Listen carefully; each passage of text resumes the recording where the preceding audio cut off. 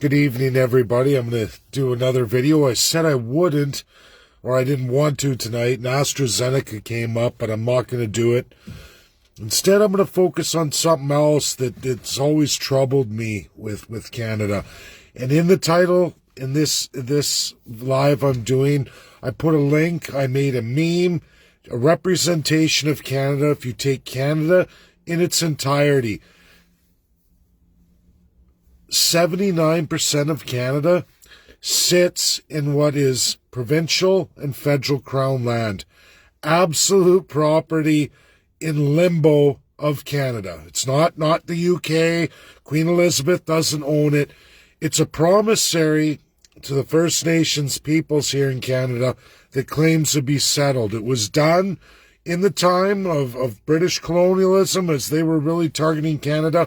They couldn't beat the First Nations. They didn't want that war with the First Nations. They had gotten the outer rim of Canada, upper and lower Canada, internal Canada, the territories, which was at one point, I know because my family settled here when it was the Northwest Territories.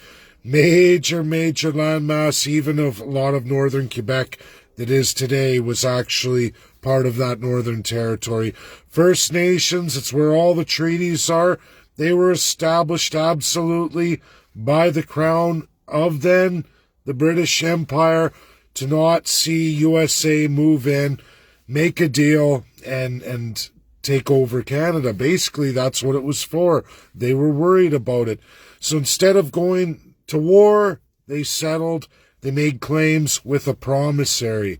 That's why we have, are you ready, everybody? 79% of Canada. I know I've just driven through this big Ontario and hardly settled at all. Everything's tight. Small little acre farms along highways. That's all I've seen. Now, maybe southern Ontario is going to yield more. People say there's bigger farms there, but regardless, this is the case across Canada. Massive majority, besides actually my home province of Alberta, which did the most settlements.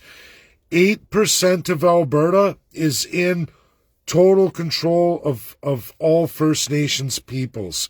However, the actual treaty First Nations have a very, very, very small portion of that. This is not to offend people, it's to tell the truth. I did this when I did the Alberta Independence Party. I went through this for the province of Alberta. I learned the entirety of Canada, but I focused on Alberta.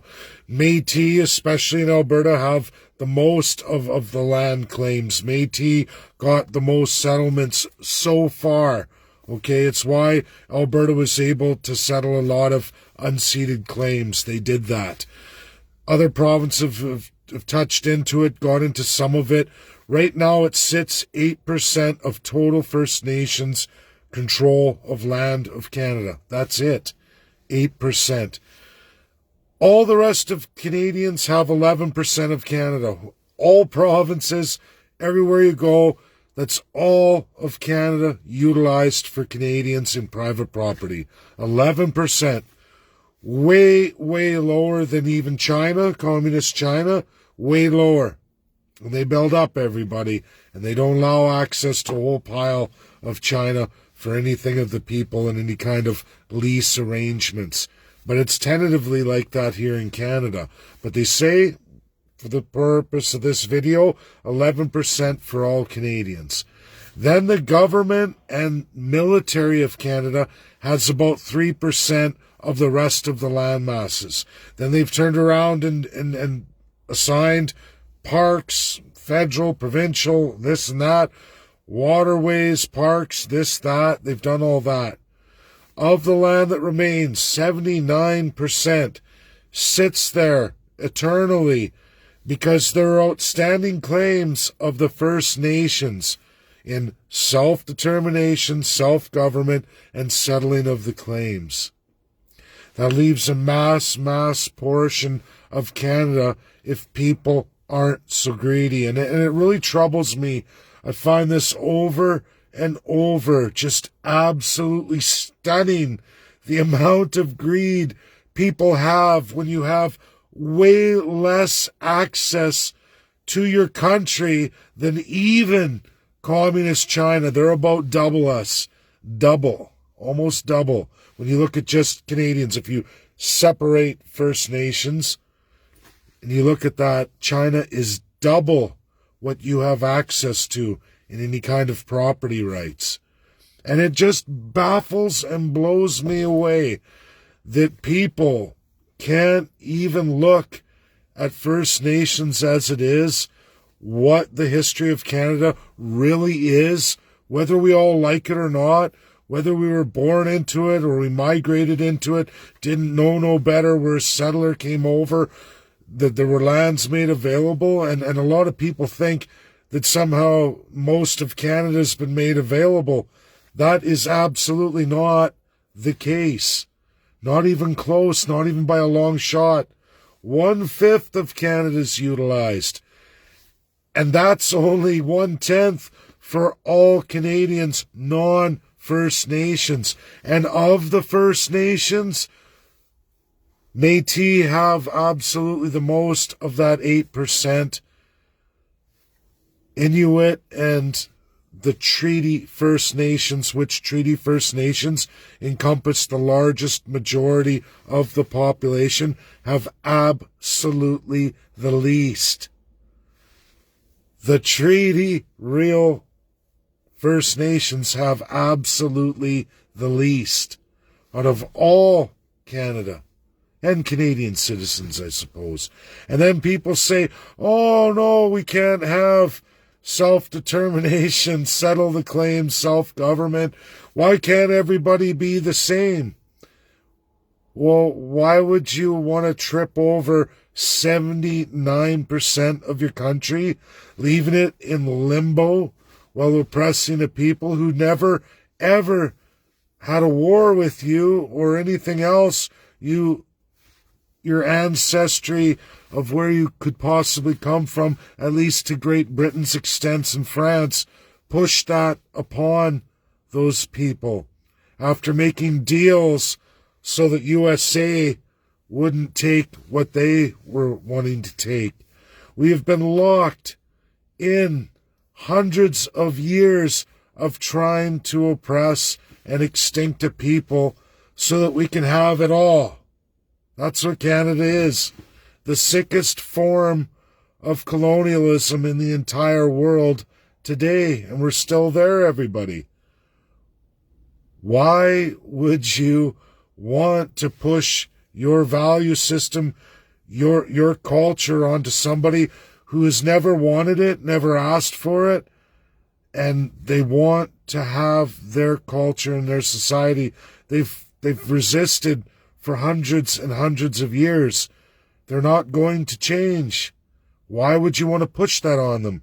If you want to push that on them, then you're basically saying to the world, go ahead, China, push your culture on me, or Islamic world, come here and push your culture on me. Do you get what's going on here?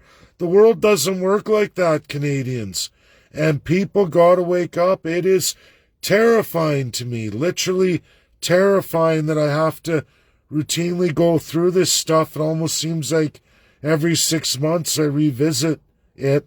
This time, at least, I'm adding all of Canada. But that's what we are. And regardless of what anyone's going to try and tell you, that's what our government's perpetuating here. And it amazes me and blows me away that people feel that they have that right to dictate upon another people's, the original people's, how they're to live, how they're to integrate. And Canada government ramps up immigration, and then you're all the first to say, oh, don't push your culture on me. Don't force your will on me. I have rights. Well, where were those people's rights? I'm not First Nations. I've spent a heck of a lot of time, at least in the province of Alberta, meeting all 49. The 48 with the 49 with the claim credible. All of them. I put in a lot of hours into First Nations, all the reserve chiefs in Alberta. My plan with this party over the next year, it's going to take me at least a year to go through all reserve chiefs, all of them. Get through to Metis Nation, go through the Inuit. It's going to be a tall order indeed. But Canadians, wake up. You only have 11% of your country accessible to you in any kind of rights to property or anything. You're the worst in the entire world. This massive country, it's not really that massive. You're sequestered into little regionous areas. Some farms here and there, but that's not a whole bulk of this country. Not even close. And you know what? The Reserve Treaty First Nations, the actuals, they have not only the smallest amount, they also have the worst locations possible. That's what they got. And they were starved out to do that. You know, it's Canadian history, it's British history, it's France history. But you know what? It's 2021. Canadians, wake up. Wake up. How much greed and need for control and imposition on another culture do you have to have? I don't know, Canadians. It's scary. And it's all the fault of the politicians. It's absolutely the fault of our education system. All of this that I go through is absolutely 100% the fault of our education system and every bloody politician we've ever had. It's sick. It's disgusting. This Oxford paper I wrote that you're all going to get on the 15th, we'll see how that goes. Whether they choose me or not, I don't care. But that's all going to come out to you guys on the 15th, and you're all going to get it as Canadians to look at that. It's going to the UN General Assembly. I'm going to make sure it goes all the UNSC binding 5 permanents. And I think there'll be appreciation there regardless, even if the academic world doesn't take it. It's just my first one, and it's not going to be my last one. There's other things I want to write, not at this time, but there's things I absolutely have to write. But this Oxford paper goes into a lot of world detail for the entire world in every situation. And colonialism is the worst form of imperialism in the entire world. It wasn't just a Canada thing. I mean, it's all over the entire world, administered by absolute imperialist countries. There's only a number of them, not even a bulk of the world. It was just a number of countries with strong city-states into that nation-state status that had an absolute racist superiority complex. Didn't matter what color they were. If you built a big nation, you would go around the world and take what you could take. Unfortunately for Africa, they weren't ready for that. Less developed with a small population in a massive central continent, really. And that's what it's really all about.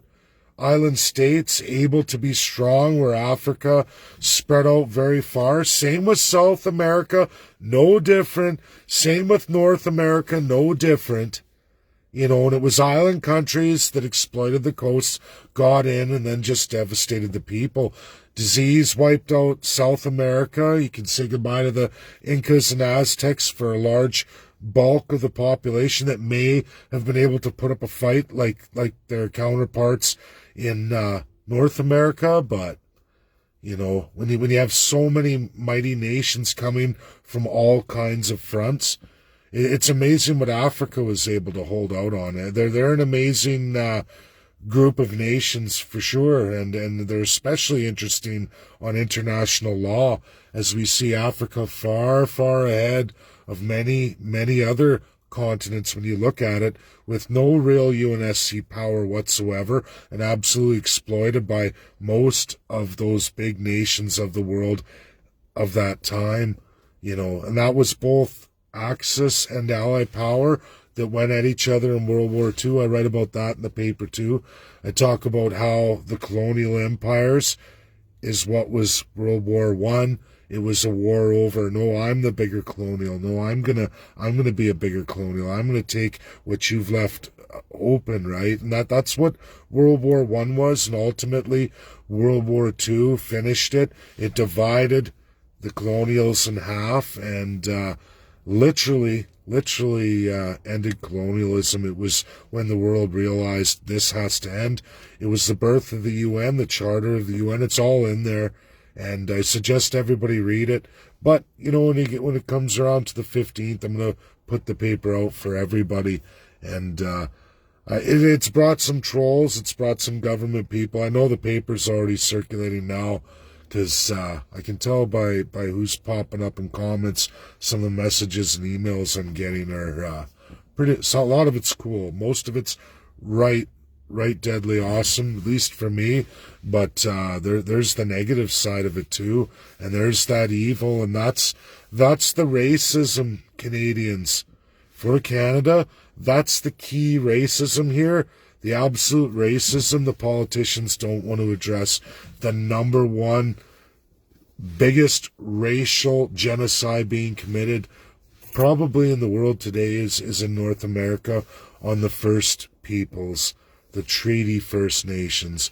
And, you know, I guess Inuit overlaps that too. And not all Metis have been settled out either.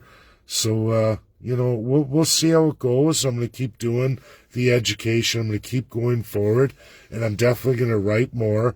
We'll see even how this paper goes, but, you know, I'm going to keep writing in increments, incrementally, as I continue with the politics. It's what has to be done, and people need to know. They need to wake up. It's just so absolutely silly where we are today in Canada, and no one has a problem with this. And it's the continued abuse, all by greedy, seedy, corrupt politicians. How much education is lacking by so many Canadians, and that's absolutely the fault of our education system. Countries like to make their own propaganda. The media is utilized in that way, and it makes me upset, because you think the media, when do you get a journalist who will ever report this stuff? And maybe they've tried over the years, who knows? But you get editors and the news organizations owners tied to that first-class governmental system. No, don't do that. The government says no. You know, it's amazing. It's amazing. Anyways, that's my video. I hope everybody shares it out, because it's important. It's truth. It's reality. It's what's real in this world today. And why would you not want to settle the claims? Why would you not? Function as two peoples, one nation.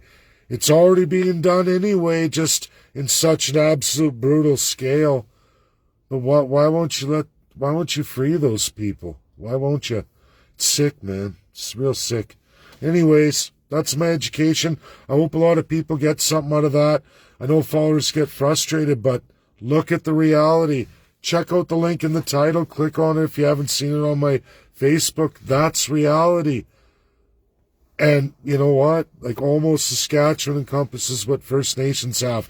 Ontario, what all Canadians have. And Labrador, what the government and military has. How the hell does government and military have more? So much like that, you know? But that's... There it is. There's the reality. 79% of Canada sits in limbo because of greedy, seedy, corrupt politicians and ignorant Canadians who don't know any better. That's reality. Well, how much land do you need? All I know is I would just settle it all out and let everybody be prosperous. What's wrong with that? Does it have to be equal? Does it have to be, oh no, you have to follow the laws of us? Well, then other nations are going to say, oh, we're just going to immigrate to your small country, Canada, and you're going to follow all our laws. You did it to the First Nations. We're going to do it to you. That's what you're saying, Canadians, when you talk like that. Just so you know, that's how the international community looks at it. And they got a lot more might than we'll ever have. So that's my video tonight. I'm going to head to bed. Yeah, almost 10 o'clock here, coming on 9:30. So, good night, everybody. Share. This one's important. Bye now.